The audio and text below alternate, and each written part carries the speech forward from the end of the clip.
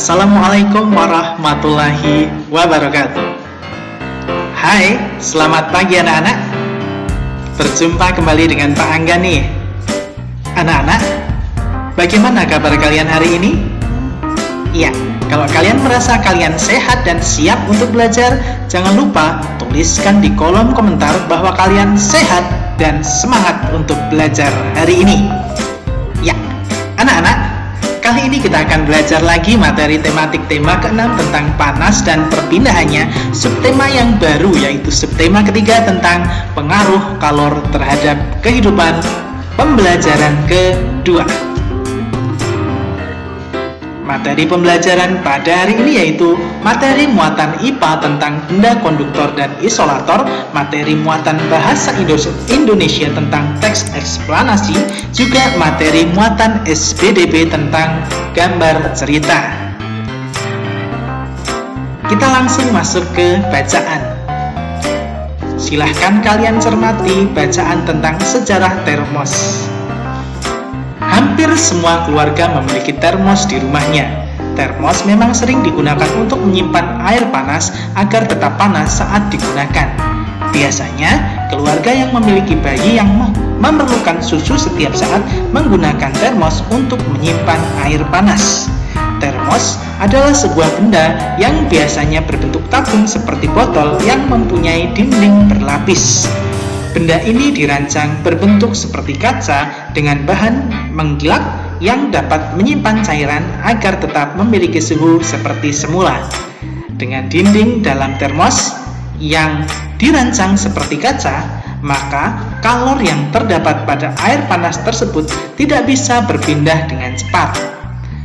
Panas yang dikeluarkan oleh air panas tadi dapat ditahan oleh dinding dalam termos yang terbuat dari bahan mengkilap ini, sehingga air panas di dalamnya akan tetap hangat hingga beberapa saat tergantung dari ketebalan dindingnya.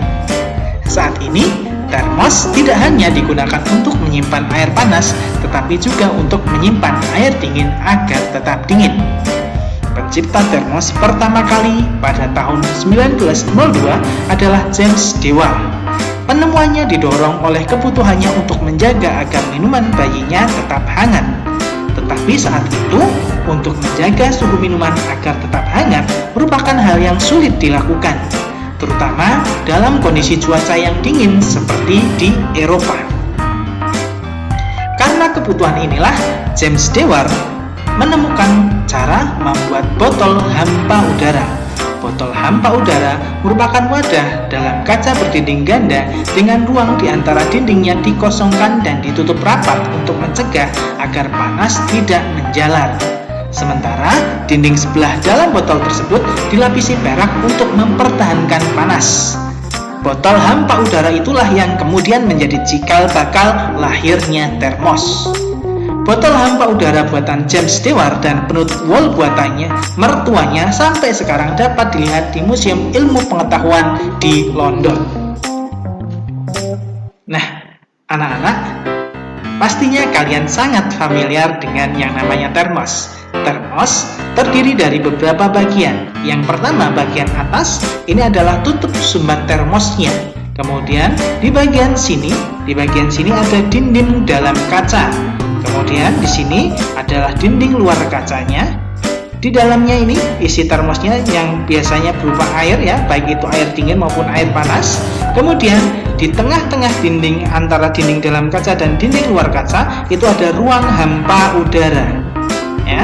Kemudian di sini ada dinding pelindung kacanya dan di paling bawah di sini ada karet penahan kacanya. Ya. Sekarang kita jawab bersama-sama pertanyaan tentang bacaan termos tersebut. Yang pertama, apakah fungsi sebuah termos? Ya, termos digunakan untuk menyimpan air panas agar tetap panas saat digunakan. Bisa untuk menyimpan air panas maupun air dingin untuk kondisi yang sekarang ini ya. Kemudian yang kedua, apa saja bahan yang digunakan untuk membuat termos pada saat itu? Bahan yang digunakan pada masa itu adalah botol hampa udara, merupakan wadah dari kaca berdinding ganda dengan ruang di antara dindingnya dikosongkan dan ditutup rapat. Apa saja benda di sekitarmu yang menggunakan prinsip yang hampir sama dengan termos? Ya, benda-benda di sekitar kalian yang menggunakan prinsip isolator seperti termos adalah jaket dan selimut.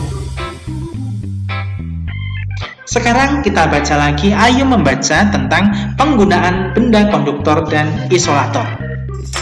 Kamu sudah tahu bahwa panas dapat berpindah dari satu tempat ke tempat lain melalui konduksi, konveksi, maupun radiasi.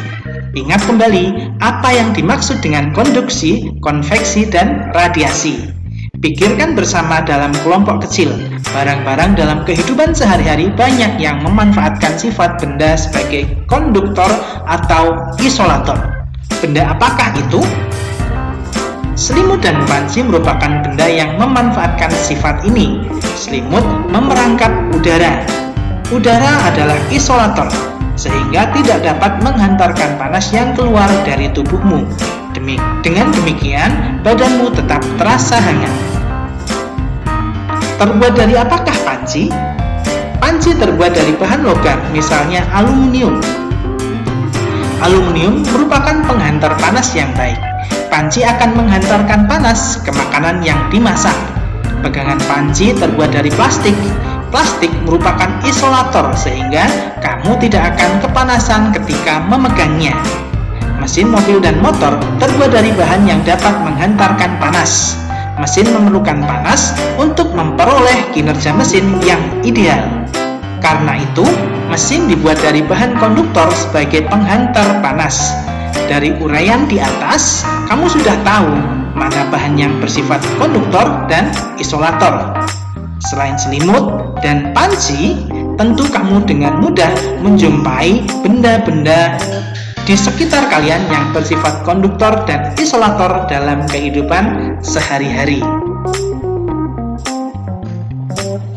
Nah, anak-anak, setelah kalian membaca tentang penggunaan benda konduktor dan isolator, mari kita jawab bersama-sama pertanyaan-pertanyaan yang terkait dengan bacaan tersebut. Silahkan kalian tuliskan kalimat yang menjadi pokok pikiran pada setiap paragrafnya. Ingat, pokok pikiran itu selalu ada di dalam kalimat utama. Sedangkan kalimat utama kita belajar ada paragraf deduktif, induktif, dan campuran. Selalu ada di depan, di paling awal setiap paragraf, kemudian induktif ada di belakang paragraf, ataupun campuran ada di depan atau di belakang setiap paragraf. Kita lihat paragraf pertama, pokok pikirannya yaitu panas dapat berpindah dengan cara konduksi, konveksi, dan radiasi. Sedangkan kalimat pentingnya yaitu beberapa barang memanfaatkan sifat benda konduktor dan isolator. Kemudian yang kedua, paragraf kedua, selimut dan panci memanfaatkan sifat isolator dan konduktor. Kemudian kalimat penting pada paragraf tersebut yaitu selimut menangkap panas yang keluar dari tubuh sehingga badan terasa hangat. Paragraf ketiga, pokok pikirannya yaitu panci terbuat dari logam. Kalimat penting pada paragraf ketiga yaitu panci menghantarkan panas ke makanan. Pegangan panci bersifat isolator agar tidak kepanasan saat memegang. Dan paragraf keempat, pokok pikirannya yaitu mesin motor dan mobil terbuat dari bahan yang menghantarkan panas. Sedangkan tambahan untuk informasi pentingnya pada paragraf tersebut yaitu mesin memerlukan panas untuk memperoleh kinerja yang bagus.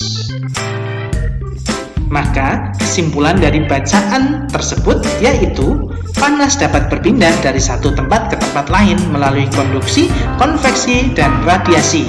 Ketika cara perpindahan panas dapat dimanfaatkan kita sebagai manusia dalam kehidupan sehari-hari. Ya, ini adalah tugas untuk kalian. Silahkan kalian amati benda-benda yang ada di sekitar rumahmu, kemudian gunakan tabel berikut untuk mengidentifikasi sifat hantaran benda tersebut dan kegunaannya, lalu buatlah kesimpulannya. Contoh benda yang ada di rumah ini Bangga sudah contohkan. Yang pertama misalnya adalah setrika. Sifat hantaran kita sudah tahu di situ ada sifatnya konduktor maupun isolator.